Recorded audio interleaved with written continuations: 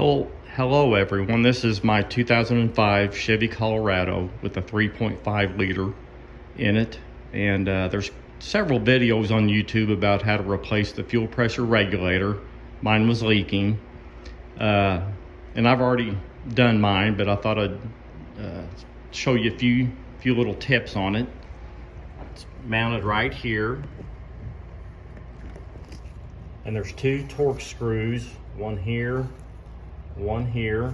They are T30 Torx, not T27. You need to remove those. Of course, you can get to the top one here with a long extension and a ratchet.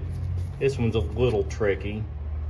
Some guys were going down through this opening here with a long extension to get to the bottom one here. You can right here. This is a wiring harness. You can stick a screwdriver, and there's just plastic clips that push into this boss right here. There's one on the other side, and pop this up, and that'll give you a little bit of room. You might be able to go down through here, but I'll show you what I used. Works pretty good. I got this little ratchet at AutoZone. It's got a little bit. It just slides in there, and the bit is held into the ratchet, and this fits right in here like this. Look at that, pretty easy. Now when you're loosening it, if you go straight up, your ratchet's gonna catch under the lip right there of the regulator. So as soon as you get it broken loose, kind of hold the ratchet a little bit, and it'll clear that. Because you can't, here's a regular bit. There's not enough room to get this in here. I mean, you might get it in there, but then you don't have enough to get your ratchet on it. So that's one little tip. And then also, when you're taking this bolt out here, it's kind of hard to get your fingers in there. You might want to use a magnet as you're taking it out. Hold that magnet there as you loosen that up. Another thing guys have told you, and this is the proper way to do it, you need to relieve the fuel system pressure, because there could be pressure on that fuel rail. And there's a fuel pump fuse in this fuse box. You could remove that fuse, start it, let the engine run, let it die. That'll relieve the fuel system pressure. Or you can take this cap off right there with the white paint dot on it. And then that's a Schrader valve. You can take a little small screwdriver and push that valve down. Of course, wear safety glasses and hold a rag over it if you can, because fuel might spray out of there from the pressure.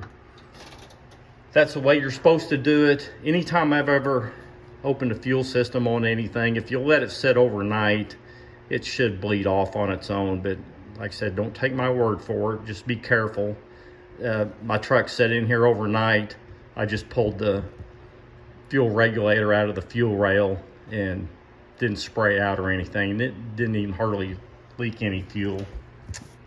Of course, you got to take this vacuum line off here.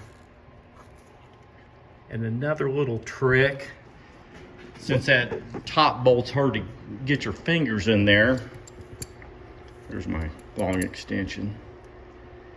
Wrap some Teflon tape around your Torx bit, and even cover the end of it, and then put your screw on that. That'll hold it in place, and then this just pulls off real easy. Or maybe a little piece of electrical tape, or you might even get your magnet in there to get the screw started. Of course, yours might be different. You might need to verify. This is an AC Delco I got at AutoZone, and it comes with the O-rings. There's two extra O-rings. The smaller one's the one you need to use. And here's the old one right here.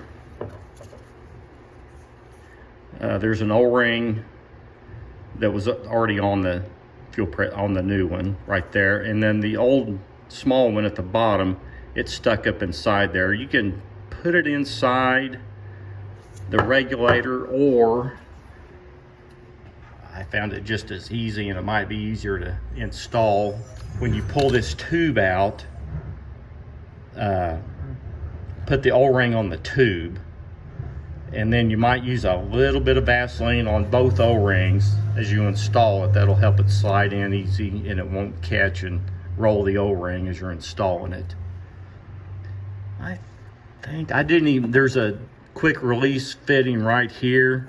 Just leave that on there. Take 2 screws out, pull this straight up this direction, and that pulls that O-ring out of the fuel rail. Then once you get that out, then the bottom line right here, it pulls straight down out of the regulator. That's all I can think of. So anyway, it's a pretty easy job. Just thought I'd show you those few little tips I discovered. Thanks for watching.